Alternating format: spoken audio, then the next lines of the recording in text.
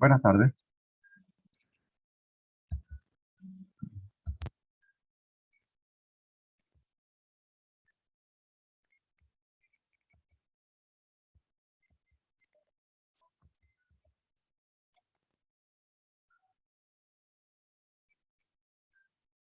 Buenas tardes. En la sesión de hoy, la clase trata sobre algunos aspectos especiales o consideraciones que hay que tener con las pruebas transientes y del principio en que se basa la interpretación de las mismas.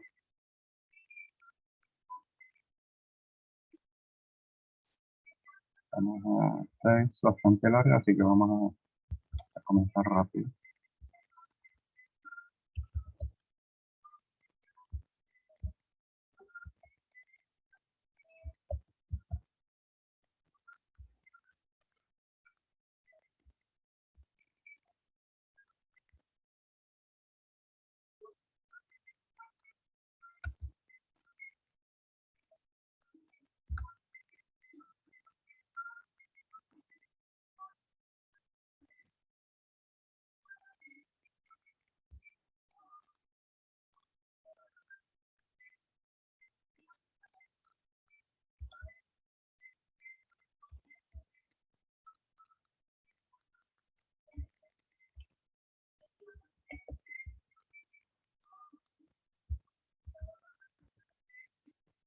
Bueno, prueba de presiones transientes. De presión transiente. En esta parte vamos a hablar de algunas características de las que tienen las pruebas de presión transiente. Algunas ya hemos tocado, pero vamos a repasar y vamos a agregar otras que nos interesan para los efectos de la parte que vamos a ver a continuación en la materia. Es una prueba transiente que, como ya sabemos, es un registro continuo de la variación que sucede en la presión medida en el fondo del pozo con el transcurrir del tiempo mientras dure la prueba que sea programada. Una prueba puede durar 48 o 24, 48, 72 horas, 96 horas, depende de las características del yacimiento y hasta dónde dentro de la zona del yacimiento cercana al pozo queremos investigar. De eso, con respecto al radio de investigación, también vamos a ver algunos más adelante de cómo se puede estimar en función de los resultados de la prueba. Respuesta temprana.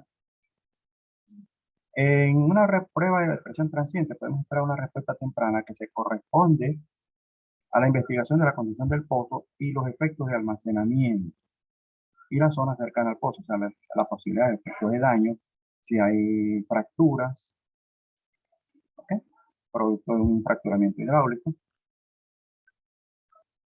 En esta zona, básicamente, vamos a identificar ese tipo de factores.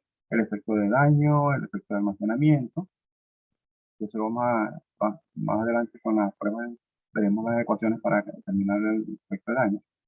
El efecto de almacenamiento lo podemos determinar gráficamente en un gráfico local. Okay, pero en un gráfico semilocal, ahí te podemos definir básicamente tres secciones de tiempo, zonas de tiempo. Una respuesta intermedia donde se investiga el tipo de yacimiento, el producto K por H sobre mu, la permeabilidad efectiva al flujo de fluido en el medio poroso, que es el periodo de el yacimiento actuando infinitamente.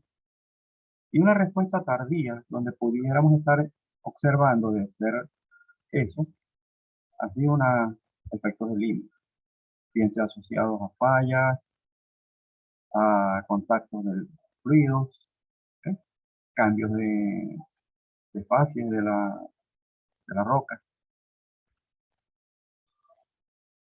Entonces, básicamente, podemos hablar de tres secciones de tiempo.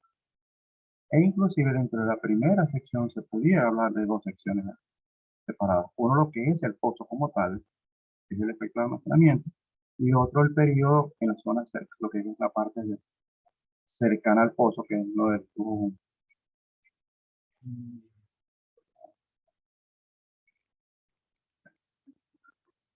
Aquí podemos ver Otra forma de presentación de las zonas de tiempo. Primer periodo, un segundo periodo, con el periodo de transición.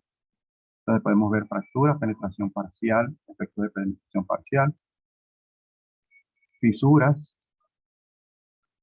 y identificar si existen múltiples capas. Luego viene el periodo transitorio o transiente. Podemos ver el tipo de flujo, si es radial o homogéneo. Y el último periodo, que es donde podemos ver los efectos del límite, límite de presión constante, el límite del cerrado. ¿Sí? O sea, esta es otra forma de ver la primera parte la podemos dividir en dos secciones previas. Uno que simplemente tiene que ver con el almacenamiento fósil y otro que tiene que ver con lo que se ve en la zona próxima al pozo.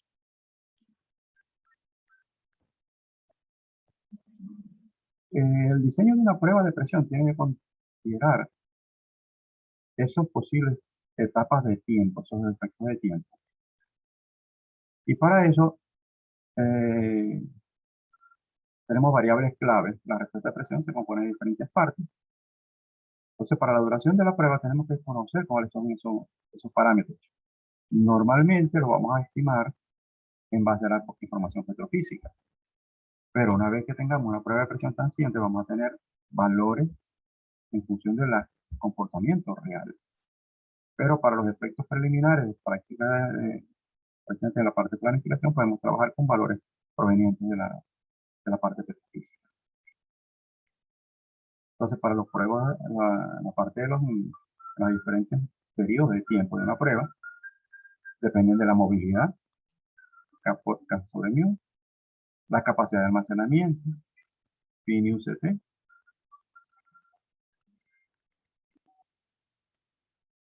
la transmisibilidad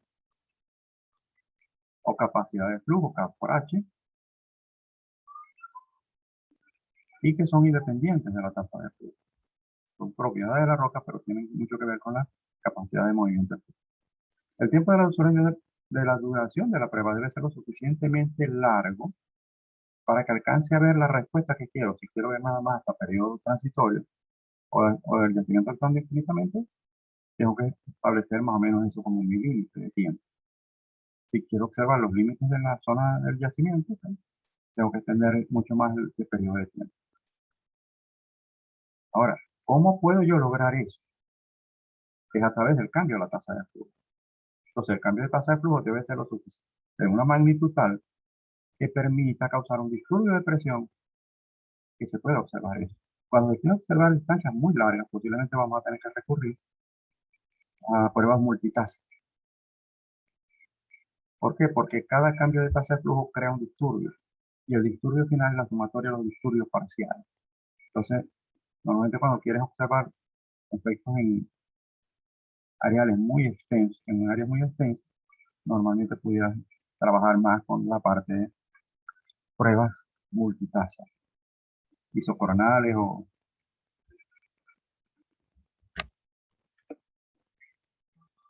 Entonces, con respecto a esto de las multitasas, fíjense esto, el principio de superposición, que es de lo que se va.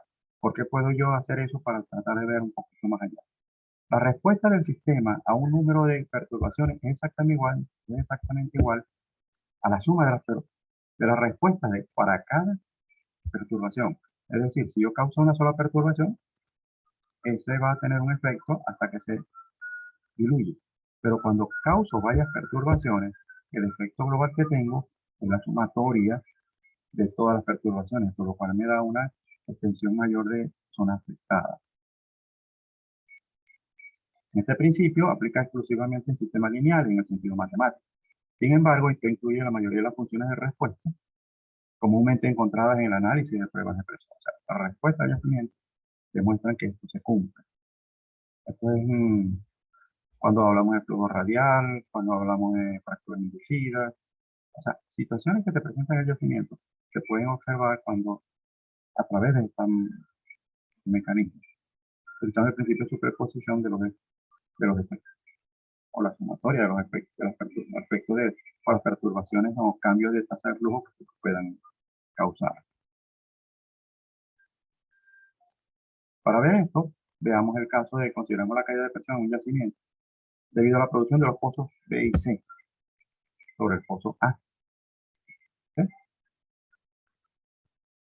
La caída de presión en el punto A debido a la perturbación causada por estos dos pozos sería igual a la sumatoria de las perturbaciones de los dos pozos sobre el punto A.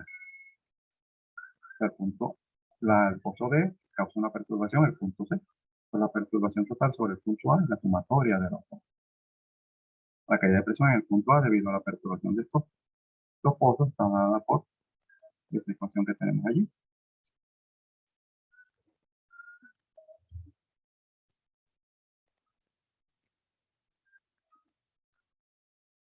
Principio de superposición en el espacio. En el espacio. Vamos a decir que cada pozo actuando tiene una serie de líneas de flujo. Si las dos tienen la misma magnitud de esfuerzo, ustedes verán que sucede eso que está allí. O sea, son como líneas de corriente que crean a nivel del pozo intermedio de los dos un comportamiento que es la sumatoria de los dos esfuerzos. O sea, como si un punto reactivo.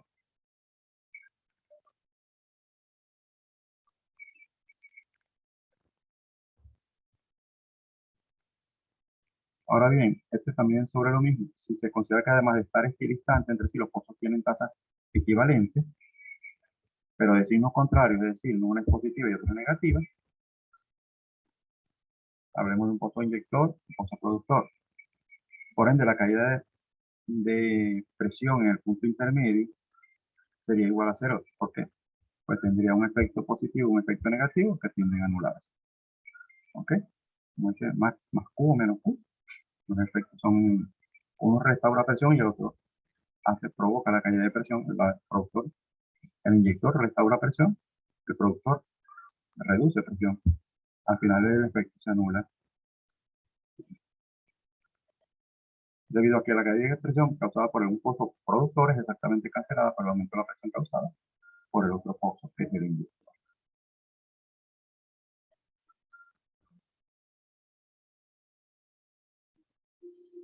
En este caso ven como la presión se mantiene constante aproximadamente en el mismo sitio.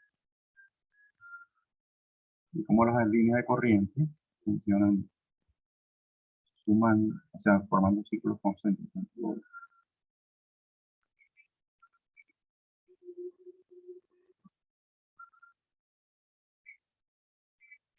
Principio de superposición en el tiempo.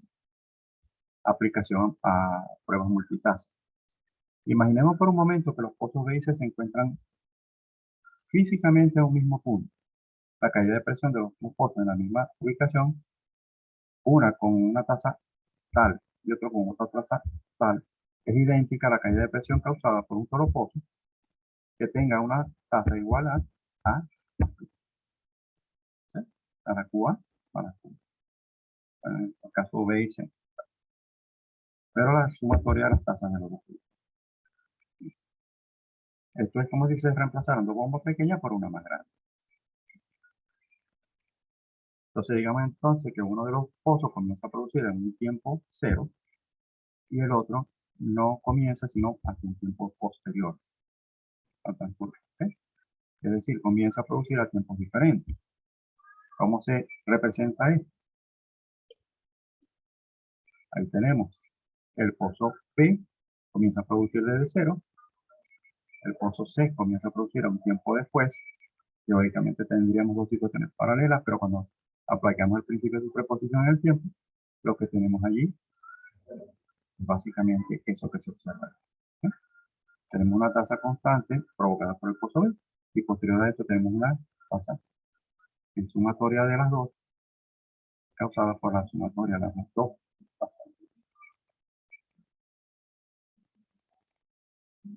Entonces, lo que vimos al principio. Una prueba multitasa, la sumatoria, no, el cambio de tasa causa un disturbio. El disturbio final es la sumatoria de todos los disturbios que suceden en el tiempo. ¿Okay? Va formando como una especie de escalinata.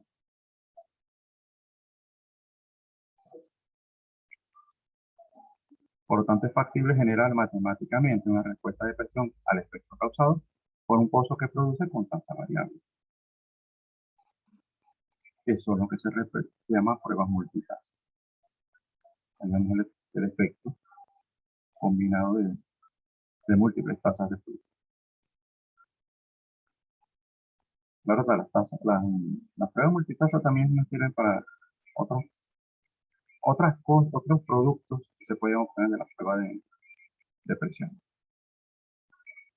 En este caso, una prueba de pozo, que es una prueba combinada de presión, pues estoy midiendo los cambios de presión con una prueba de producción, porque estoy midiendo aparte cada tasa de producción. Por lo tanto, se puede construir una curva de diferencia.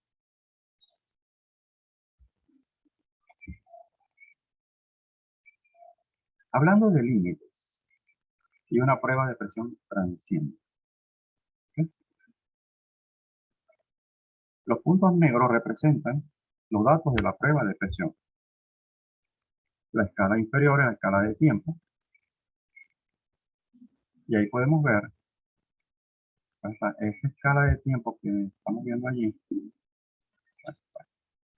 Si ustedes ven por el denominador, que es T más delta T sobre delta T, en realidad los datos de presión que estamos viendo allí van del lado derecho hacia la izquierda. Los tiempos más recientes son los que están del lado izquierdo, los tiempos iniciales de la prueba son los que están del lado derecho. Esto es una prueba de habilidad para los efectos de gráfico, si quieren saber qué tipo de prueba es. Cuando tenemos un límite cerrado, okay, ahí tenemos los datos de presión. Okay. El periodo transiente es uno de los elementos que una vez que termina el periodo de transición, queremos ver, está representado por la línea roja, que dice allí, pendiente de esa recta. Si ustedes saben cuál es la ecuación de la pendiente de una recta, y2 menos y1 sobre x2 menos x1. Y2, ¿quién es? Presión. Y abajo tenemos tiempo en escala logarítmica. Entonces la línea roja representa la pendiente de la recta tangente. Ahora, ¿qué sucede cuando tenemos un límite cerrado? En este caso estamos hablando de fallas. ¿Okay? ¿Qué sucede? Resulta que en el momento en que la prueba de presión observa la falla, hay un cambio de pendiente. ¿Ok? Que está representado por la línea azul. Si matemáticamente calculamos la pendiente de la línea roja, calculamos la pendiente de la línea azul, nos vamos a encontrar eso que está en la parte superior que dice que M2 es igual a 2 veces M1. M1 es la pendiente radial, el periodo de flujo radial. Y M2 la pendiente que es asociada al límite de presión cerrado. ¿Okay? Entonces, si yo veo que ocurre algo de eso y pongo un doble, la pendiente de la final es el doble de la inicial, y estoy enfrente de un límite cerrado. ¿Cómo puedo determinar a qué tiempo o a qué distancia está esta falla o está ese límite?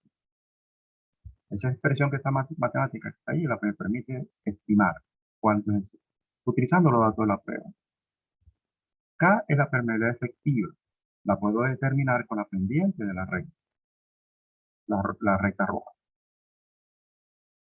Tiempo de intersección es el punto donde me cambia la pendiente de la recta roja hacia la pendiente, hacia la recta azul. En ese punto es lo que se llama tiempo de intersección. Debe estar en horas. Ahora, De la escala que de abajo que dice T más delta T sobre delta T, yo tendría que despejar T, porque el valor que va allí es T. Entonces, con el valor que yo puedo leer, por lo menos aquí, sería como posiblemente 20.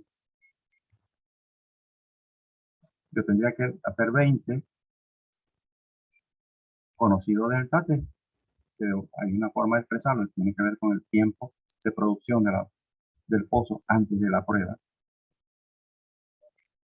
Ese valor yo lo puedo calcular, entonces puedo despejar T y utilizar esa ecuación.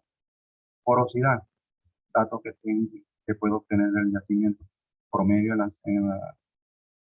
viscosidad del fluido y la compresibilidad total de la roca. Todos estos datos son parámetros petrofísicos que ya deberíamos disponer para poder hacer el cálculo correspondiente a qué distancia desde el pozo que estoy probando se encuentra ese límite.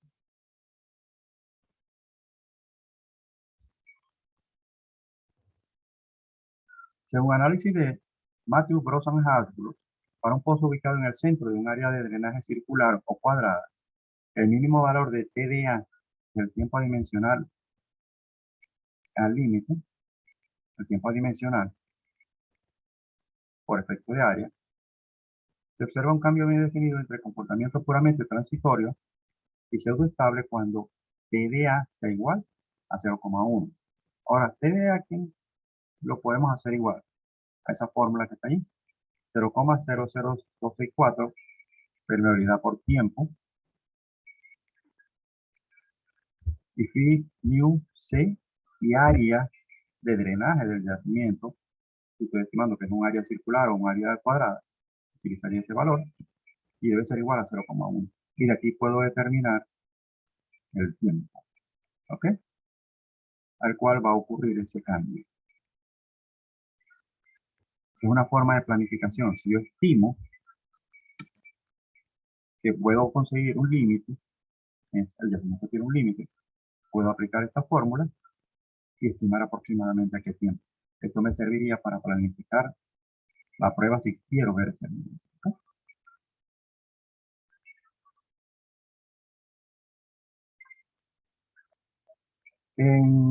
Hay ciertos gráficos, por lo menos MBH generó este tipo de gráficos, donde puedo ver áreas de drenaje cuadradas. Cada línea representa un área de drenaje cuadrada. La primera, la curva 1 con el pozo ubicado en el centro del área. El 2 se ubica en la mitad superior, en el medio de la mitad superior, entre los dos bloques, dos de los cuatro bloques que podemos formar allí. El tercer tipo, tengo el pozo ubicado en el cuadrante superior derecho del área de drenaje. Y el cuarto tipo, la cuarta curva, me representa para él. ¿Qué necesito aquí? Pues tengo que calcular TDA. Con TDA y el tipo de área de drenaje y ubicación del pozo que tengo, puedo calcular PMBH y de PMBH puedo determinar la presión de yacimiento. De eso podemos hablar un poco más adelante. Ahí hablamos de yacimiento de límite cerrado. Vamos a ver ahora el yacimiento por límite a presión constante. Cuando la presión del yacimiento está bajo mantenimiento por el flujo de un acuífero o capa de gas, o debido a la inyección de fluido, entonces se prevé la presencia de uno o más bordes que van a mantener esa presión constante. El efecto de cualquier límite a presión constante eventualmente causa que la respuesta de presión de un pozo alcance condición de estado estable, en lo que la presión de pozo durante la prueba es la misma presión constante en el límite externo. O sea, tiende a haber un mantenimiento de presión. Dice, regresemos un momentico para acá y veamos lo que pasa aquí con la presión. Fíjense que la tendencia de la línea roja, ¿y qué pasa con la línea azul? Comienza a subir, como también puede ser que comience a bajar. Todo depende del tipo de prueba. Pero, ¿qué pasa con un límite de presión constante? Aquí tenemos también otro gráfico, el mismo gráfico, parecido, ¿tá? Igual, pero ahora fíjense la pendiente de la recta.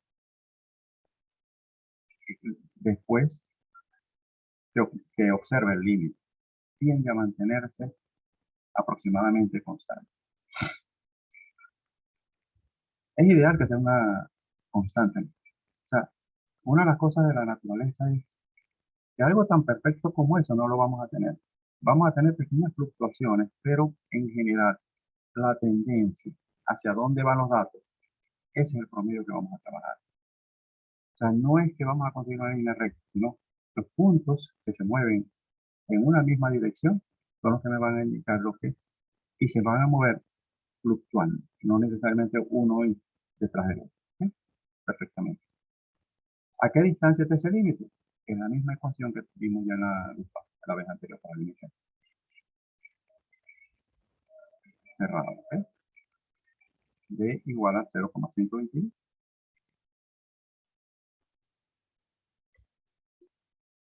Una de las cosas que también podemos conseguir con una prueba de presión es hasta dónde. Yo estoy obteniendo con la prueba de presión transiente, yo puedo obtener una permeabilidad efectiva, promedio. Puedo tener una capacidad de flujo promedio, K por H. Una transmisibilidad promedio, K por H sobre μ, sobre viscosidad. ¿Sí?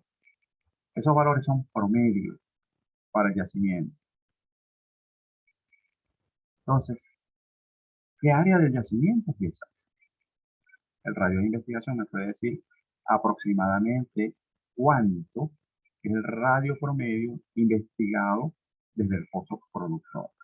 Entonces, se ha asumido que la respuesta de presión a un cambio de tasa de flujo se comporta como un mecanismo de difusión, es decir, se transmite dentro del yacimiento. Lo que implica que un cambio de presión en el pozo debería sentirse al menos de manera mínima en todo el yacimiento. ¿Qué sucede? Las herramientas tienen, si quisiéramos verlo al final, en el límite del yacimiento, la herramienta tendría que ser muy sensible para ver un cambio mínimo. ¿No? Las herramientas que originalmente se trabajaban para hacer esta prueba, la presión más baja que podían llegar a observar en detalle era 10 libras. Y cuando hablamos de un valor mínimo, estamos hablando de valores mucho más bajos que eso. Las herramientas actuales electrónicas pueden ver hasta 0,01 LPC de cambio en la presión. Es decir, si podemos observar esos valores mínimos y a distancias mucho más largas, más lejos que lo que antes podíamos estar observando. No obstante, desde el punto de vista práctico, se entiende que en alguna parte del yacimiento, distante del pozo, la respuesta prácticamente no será detectable. Es tan pequeña que no se detecta. O sea, entonces, el feedback que yo voy a tener de esa respuesta es que la presión ya alcanzó su estabilidad. Y sin embargo, pudiera ser aún que le falte estabilidad. Pero desde el punto de vista energético, la variación no va a ser tan grande. O sea, que sea 2900 0,01 o que sea 2900 0,05 para los efectos de los 1900. ¿Okay? El punto hasta donde esa respuesta es detectable se le conoce como el nombre de radio de investigación de la prueba. La distancia hasta donde el yacimiento fue investigado por la prueba es lo que se considera. Como digo, puede ser más extenso, pero básicamente el cambio de valor es tan pequeño que es indetectable para la herramienta. ¿Cómo puedo determinar el radio de investigación? Puedo utilizar esta ecuación, que es el coeficiente, utilizando el coeficiente de difusión hidráulica, el 0,03. K efectiva por tiempo. ¿Y qué es tiempo? El tiempo que estuvo cerrado el pozo para la prueba. Porosidad, viscosidad, compresibilidad total de la formación. Con eso yo puedo determinar el radio investigado por la prueba.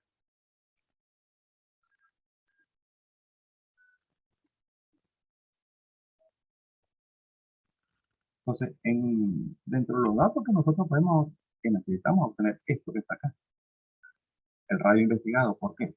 Si yo tengo una permeabilidad promedio de 300 milibares, quiere decir que es promedio de ese volumen de roca. Y yo pego y puedo irme a un registro eléctrico y determinar en la zona cercana, pues ponete que los registros eléctricos no me van a dar más de, cuando mucho, unos 5 o 6 pies, tal vez 10 pies en algunos casos, del área cercana al pozo. Y dependiendo si lo hago pie a pie, voy a tener valores diferentes. Pero lo que me representa la prueba es un valor promedio. La permeabilidad que estoy obteniendo es promedio. La transmisibilidad que estoy obteniendo es promedio. La capacidad de flujo que estoy obteniendo es promedio. En ese volumen de roca que yo estoy viendo como radio de investigación, yo estoy obteniendo un valor de permeabilidad efectiva. ¿Para qué me sirve esto? Si yo voy a ir a simulación numérica y quiero utilizar un valor de permeabilidad promedio, si mi bloque en un simulador es parecido o tiene un área parecida a lo que me da el área de investigación nacional, yo sé que en esa celda yo puedo utilizar ese valor promedio como valor de permeabilidad. Puedo utilizar esa capacidad de flujo promedio. Puedo utilizar esa transmisibilidad de flujo promedio. Y la movilidad también, pues tengo la permeabilidad efectiva y tengo la viscosidad del crudo, que también puede haber unos pequeños cambios allí, pero la movilidad también la puedo utilizar para eso zona del yacimiento. Entonces, si yo tengo pruebas de este tipo en varios pozos de yacimiento, yo donde yo tenga esa información, yo la puedo utilizar para mejorar el proceso de simulación de esa zona del yacimiento. El resto, donde no tenga una prueba transiente, sino que tenga una prueba de estática o fluyente, yo puedo simplemente utilizar los valores que puedo obtener de los registros. Pero ya si son pozos vecinos que sí tienen ese tipo de pruebas, y dependiendo de los valores que tengo, yo puedo tener una idea. Si tengo que hacer ajustes en los valores de permeabilidad o cosas así, puedo fácilmente utilizar eso como referencia. Entonces, no, los registros representan un volumen muy pequeño de información acerca del yacimiento alrededor de los pozos. Estas pruebas, volumétricamente, son promedios más grandes, pero de ciertos parámetros nada más. En la medida del tiempo se ha tratado de ver cómo se puede tratar de ampliar la gama de información que se puede obtener del yacimiento. Inclusive con las nuevas herramientas y técnicas que hay ahorita, las fracturas y fallas, se puede calcular la transmisibilidad y movilidad de cada una de ellas. Y es una ayuda, sobre todo, normalmente cuando tú ves el yacimiento, los valores promedios para el yacimiento son bajos porque donde tenga una falla, tenga que tener una fractura, causar una fractura, es porque el yacimiento tiene baja porosidad o permeabilidad. Pero que tú estés dando una alta permeabilidad y me interesa conocer ese valor para saber qué tan bueno fue el tratamiento. Entonces, esa es otra de las habilidades que tienen las pruebas de presión para evaluar.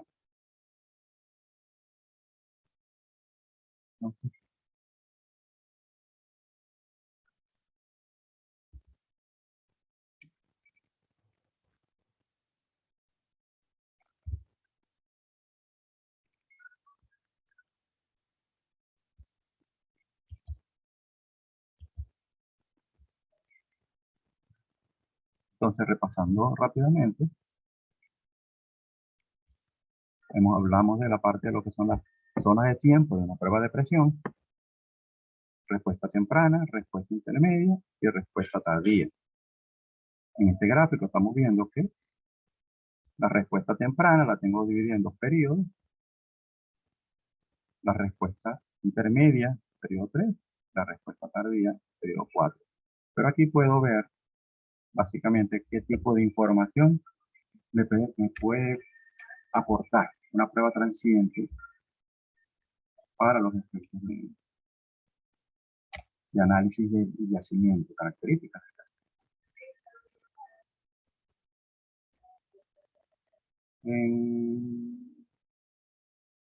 Ok. Hablamos del principio de superposición, donde podemos ver que una de las cosas que estamos viendo y una de las cosas que se está utilizando mucho para una técnica de análisis nuevo de convolución es que con pozos donde yo tenga sensores de presión, yo puedo, cada vez que haya una variación en una tasa de flujo del pozo, bien sea porque se está haciendo o se está generando, por intenciones del ingeniero de yacimiento de producción, se está haciendo un cambio en la tasa de flujo, yo estoy generando una nueva reacción sobre las presiones. Y todo eso que está allí, en la actualidad, se han hecho algoritmos que me permiten reconstruirla de acuerdo a la información de presión que tenga, cuál sería la presión que pudiéramos tener en el yacimiento en zonas cada vez más lejanas. Porque un pozo que esté produciendo 365 días, y hay algo que tenemos que tener claro. Hablar de producción estable de un pozo significa que en los 365 días me tuvo una producción promedio de tanto. Pero en esos 365 días hubo días donde estuvo por encima, hubo días donde estuvo por debajo, hubo días que estuvo allí, y las variaciones me dan ese promedio. Simplemente cómo saco mi promedio, cuánto tenía a principio del mes, por decirlo así, cuánto tenía al final del mes acumulado de producción calculado para ese pozo, lo divido entre los números de días del mes que estuvo produciendo y tengo la tasa de producción media. Pero si yo hice una prueba de presión de producción en el primer día del mes, hago una en el último día del mes, hago una a mediados, me voy a dar cuenta que van a haber pequeñas variaciones. A lo mejor en una 540, en otra 520, en otra 510 o 500. O sea, hubo cambios. Pero yo tengo una producción promedio que viene reflejada por cuánto ha producido como el pozo en el mes y cuántos días de producción. El principio de superposición se está actualmente utilizando mucho más para hacer generar datos de presión a partir de la información de producción.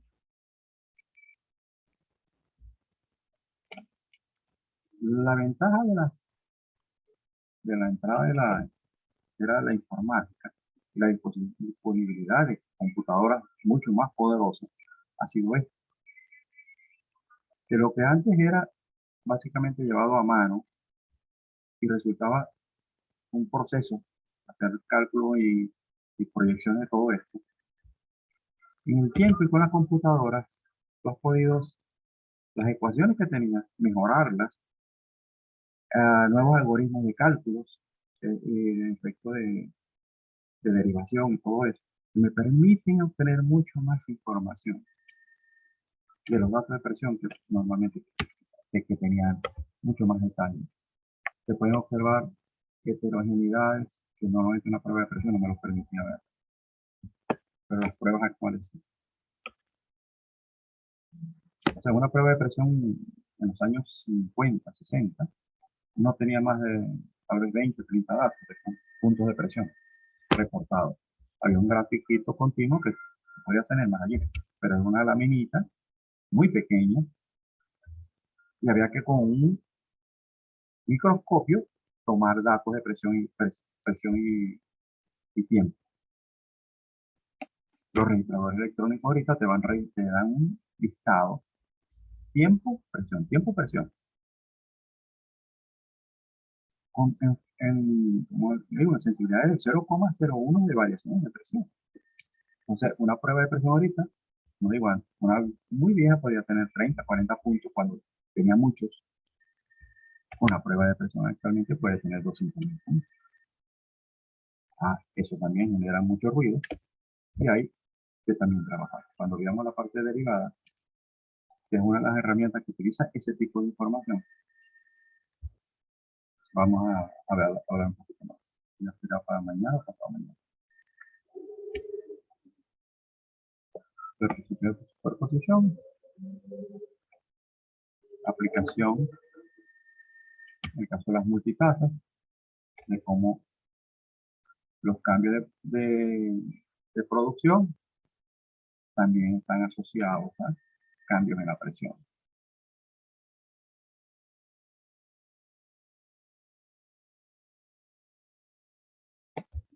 Cómo identificar en una curva, en una prueba de presión transitorio de presión, los efectos de límite. Al principio de la prueba vamos a ver los efectos de la zona de la parte temprana, pero los límites los vemos hacia la parte final. Entonces, por lo menos tengo que identificar bien lo que es el principio y final de una prueba. Como les digo, esta es una prueba de build-up. Los datos iniciales están del lado derecho, los datos finales están del lado izquierdo. En una prueba drawdown, vas a conseguir que los datos iniciales están del lado izquierdo y los datos finales están en el lado derecho. Entonces, ¿cómo lo sé? Por la escala de tiempo. Yo puedo graficar estos datos también en escala normal de tiempo, en el eje horizontal. Pero esto que la forma como se está aplicando aquí es lo que se llama el método de Pauli. Lo que es un límite cerrado, cómo determinar la ubicación de ese límite cerrado respecto al pozo que estoy probando, utilizando esta expresión que está acá. Lo puedo hacer. No determinar el tiempo a que lo voy a ver. Y aquí veíamos con esta expresión, puedo determinar exactamente su ubicación respecto al pozo virtual. La dirección, ya eso es otra cosa de mucho. Porque no está en esta instancia. Ahora, puede estar como le digo, hacia el este, hacia el oeste. Y ahí sí entramos con la parte de la geofísica a tratar de ubicar exactamente la en. Pero hay fallas que simplemente con análisis geofísico no las puedes ver. Pero la prueba de presión sí te va a decir que están allí. Y entonces ahí sí puedes enfocarte en buscar con la sísmica la ubicación de esa falla en el conocimiento de los métodos que hay para cuando el área de drenaje, la forma del área de drenaje y la posición del pozo es diferente. Hay para áreas triangulares, hay para áreas circulares, todo. Hay autores que en MBH, por lo menos, son unos este tipo de gráfica para varios tipos de formas de área de drenaje. Yacimientos con límite de presión constante normalmente están asociados a capas de gas, acuíferos o procesos de inyección de agua o gas en el yacimiento. Es la forma físicamente más cercana a la que podemos ver con la. Nuevamente vemos que con este tipo de límite, al final, en los tiempos finales de la prueba, estaríamos viendo una estabilización de la presión. Simplemente observando los datos de la prueba, tú puedes decir algunas cosas de lo que está sucediendo. Y el radio de investigación que me va a decir exactamente cuánto es el volumen de roca alrededor del pozo que fue investigado en este caso.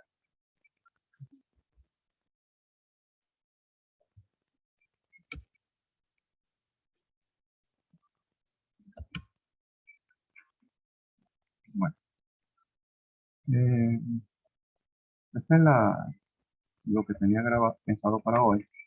Ayer, en razones de que no tenía internet, no pude hacer esta presentación. Para hoy me tocaba otra. Vamos a tenerla mañana y el lunes otra vez. Con parte de lo que está acá, voy a completar lo que es el 20% del segundo corte. Bueno, que lo revise para que estés preparado para Eh, bueno, espero que descanse tan pronto como el Zoom haga la grabación. O sea, termine la grabación, la transformación de la grabación a un MP4, la voy a subir directo a la plataforma para que esté disponible ya para esta misma noche.